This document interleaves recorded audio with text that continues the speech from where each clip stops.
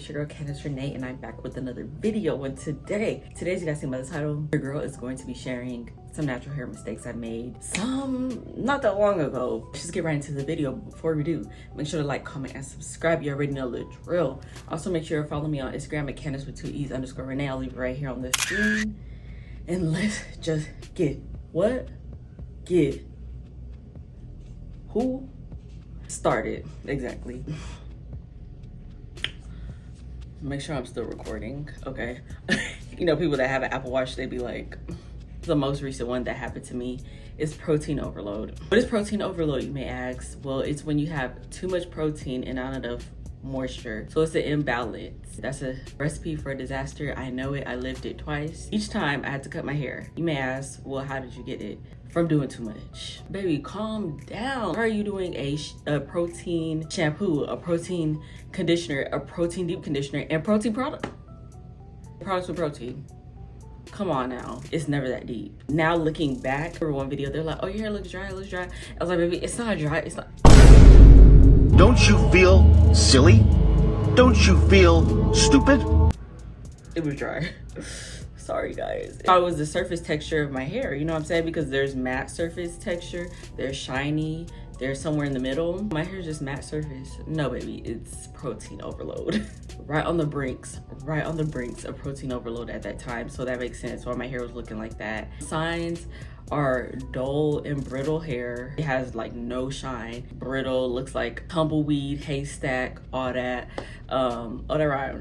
Tumbleweed, haystack, all that. You still ate that little one thing, ate that one thing. Breaks off, it just snaps so easily. Y'all, the flyaways, you would have thought I could fly at that point. Excessive shedding, you guys. I'm still struggling with that. It's been 3 to 4 months and I'm still having, well, I wouldn't say excessive, it's just in my crown area where it started shedding. At this point, case style, thank you. That's what I'm dealing with as we speak. I'm thankful that it's less shedding than before. That brings me to number 2, moisture overload. Moisture overload is when you have the opposite, too much moisture and not enough protein. Oh, I meant to, y'all, look at me messing up already. I meant to show y'all what I used while I had the protein overload. Cause y'all like, okay, well, okay, you have protein overload, what helps? All right, not too much, I'm gonna help y'all, okay? What I use is this Garnier Fructis Pure Moisture Line shampoo and the conditioner. This is not sulfate free. We're gonna get to that. The drugstore products are the ones that I found that didn't have any protein in it, because you gotta look out for coconut oil, because coconut oil can make your protein overload worse, because I believe coconut oil strengthens the protein that's already in your hair, something like that. For deep conditioning, I either use this Miche Indulge which has 0 protein in it, or this Aussie Miracle Moist, which same has zero protein in it. Styling, we have this Mild Organics Hawaiian Ginger Lemon. I mean, y'all, if y'all don't know I don't use this, then do you really watch me? I don't think so. And I have this Mild Organics Pomegranate and Honey Twisting Souffle. Just to use nothing but Mild Organics. And when I think about it, my hair grew super fast when I was using Mild Organics. I need to just go back to focusing on moisture.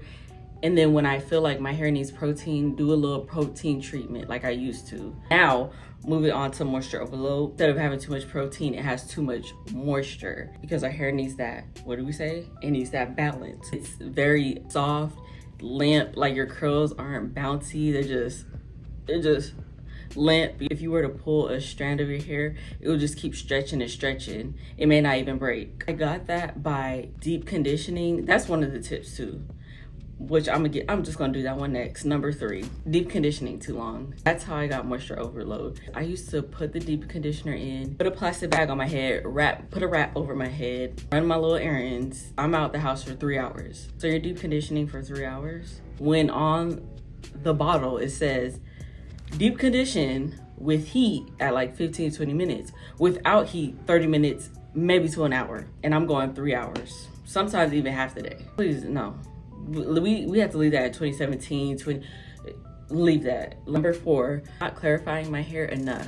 I didn't even clarify my hair for the first, I feel like the first 5-6 years of me big shopping for the first time. I believe I did a clay mask, but regularly, no. It was like when I feel like it. I saw such a difference. Curls would be so bouncy. I'm like, oh, what is okay, what is this? I use oils, creams, butters. You have to remove that. That's like putting on lotion, butters all on your body, and then getting in the shower and just using water. You're not removing that dirt. You're not removing those products that you put on, the residue. You're not removing it. When you go and add more product, it's just gonna build up, build up, build up. So with your hair, it's gonna feel weighed down. The curls aren't gonna pop. It's not a good look.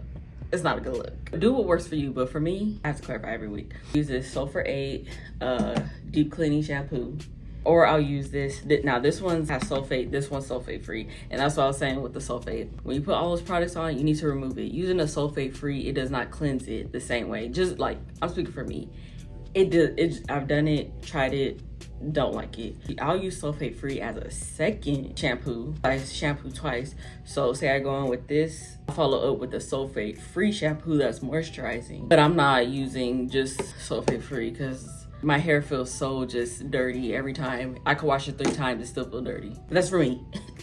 That's for me. I said, don't let anyone tell you what to do with your hair. Then there's cutting too much of your hair. If you trim your hair yourself, I cut too much of it off. I made that mistake like maybe twice. For example, I trimmed my hair when it was on a Bantu knot out. I took the Bantu knots out and then trimmed it.